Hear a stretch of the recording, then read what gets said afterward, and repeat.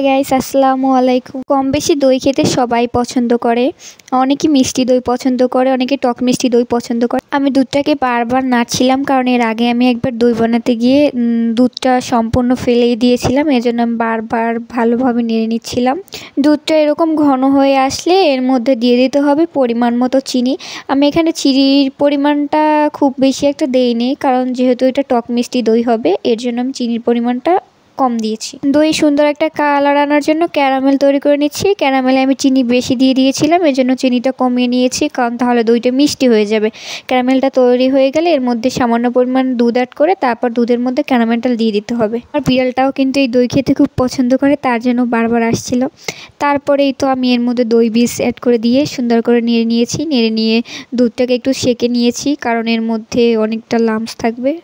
দইটা সেট হওয়ার জন্য আমি মাটির পাত্রে দইটাকে সুন্দর করে দিয়ে দিচ্ছি।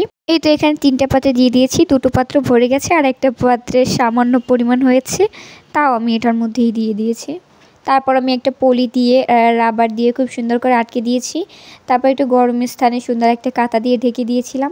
কিন্তু পরের দিন সকালবেলা আমার দইটা না খেতে খুব টেস্ট হয়, বাট এটা আমি 2বার বানিয়েছি, একবারও না শক্ত শক্ত করে জমাতে পারিনি। আমার ভুলটা কি হয়েছে আসলে আমি বুঝতে পারছি না। আপনারা যদি কেউ বুঝতে পারেন তাহলে প্লিজ আমাকে সাহায্য করবেন। আর এই দেখুন, আমার লিও সোনাটাও কি সুন্দর করে দই খাচ্ছে। আমি এখানে ওকে জিজ্ঞেস করছিলাম দইটা কেমন হয়েছে।